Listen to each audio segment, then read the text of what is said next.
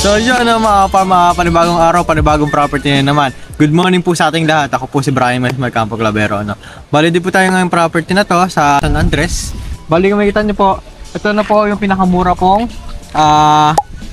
Provincial Road na makikita nyo po sa property ng mga farm. Dahil ito po property na to, Provincial Road mga farm. Siya pa ho, makikita nyo po, ito yung mismong frontage ng property yan. Yung poste po na yan, hanggang dun po sa pangatlong poste, kung makikita nyo po yan. Ito pong sukat po na itong poste na to ay mayroon pong 100 meters to na mga farm na frontage po, pasok po sa loob ng property. At ang mga talim po na to ay meron po itong saging, no? Saging, mangga, at puno ng niyog mga farm. Yan po ang nakapaloob sa property. At kung makikita nyo po, sa bungad pa lamang po makikita nyo na yung mismong saging mga farm. Ito po yung saging mga farm. Itong property po na ito ay may bunga. Yan, nakita nyo. Ito pong nilalakaran natin ngayon ay kung makikita nyo, wasak pa po yun dito, no? Kumbaga, ito po ay sira pa ho. Aayusin po yan mga kapam at lalaparan po. Dahil po ito po yung tinipag nila mga kapam. Lalaparan po yan hanggang dun po. Ayun po, may kita nyo yung mga nag-aayos po doon, no? Naayos po nila yan. Ito rin pong isa, kabila. May kita nyo po ito. Ito ay bagong ayos lamang po, ano? May kita nyo. Iba yung kulay nito sa kulay nito mga kapam. Magkaiba, no? Makikita nyo pong bagong-bago pa lamang po itong hinatutungtungan po ngayon. Kesa po dito. Tara mga kapam, pasok po tayo sa loob ng property.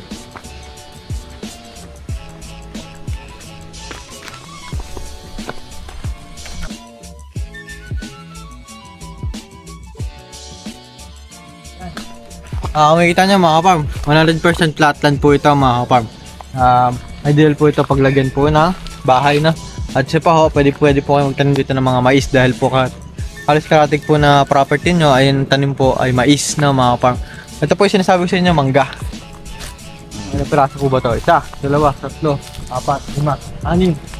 6 na puno kayo ng mangga na magkakahilera po ng mga farm. Kapag munga yan, mas madali kayo makapag-harvest dahil magkakatabi lang po ito. At ganoon din po sa saging, makikita nyo po, may mga bunga po yan mga kapam. At isang hilera po yan na mahaba. Ganoon din po dito sa puno ng buko na mga kapam. Hindi ko lang po alam po ito po ba ay dwarf trees na mga kapam. Kasi malilit pa lamang po ito eh. Pero palagay ko po ito po ay mga dwarf trees mga kapam. Dahil ito, makikita nyo, ang tanda na ito. Mga kapam. Ito pong property na to, ang tanim po na buko po nito ay meron pong 240 ka puno ng buko mga kapal. Ano po. Maganda nito mga kapal, napakalinis pa. Sa mga interested buyer natin dyan, tumawag lang po kayo sa number na makikita po ninyo sa inyong screen. At sa WhatsApp and Viber po para sa mga karagdagang impormasyon na gusto nyo pong malaman patungkol sa property.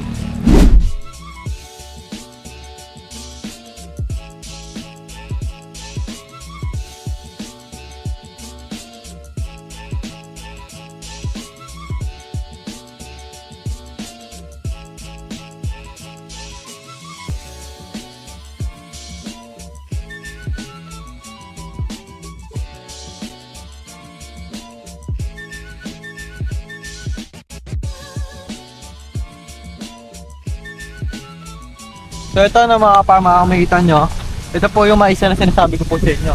Taniman po yan na mais yan, kung makikita nyo, napakalawak po yan. Buo po yan, mais lang po ang nakatanim dyan mga kapama. Sinasabi ko po sa inyo. Bali, nagbigay lang po sila ng puno ng mangga po sa gitna para resource po nila. At ganoon din po sa kabila. Habang nagtatanim sila, pwede sila magpahinga. Okay naman po, ang bahala kung gusto nyo pong gawing taniman lang po itong property ninyo. Dahil kung ano po ang lupa po dito, ganoon din po ang lupa dito mga farm. Kaya parehas po matataba ang lupa dito mga farm. Patungo lang po tayo sa layo ng town proper mga farm. Ang layo po ng town proper dito mga farm ay may 10 kilometers pa pupunta po dito sa property na to. At kung papunta naman po sa beachfront mga farm, may 3 minutes lang po na travel time mga papunta na po kayo sa mismong beachfront ng property. Ito naman po property na to ay walang beachfront na nakapalaw ba.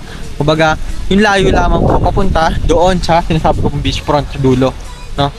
Yun po ay dadaan pa po kayo dito sa highway o provincial highway. Pupunta po din sa property na ng mga beachfront, no?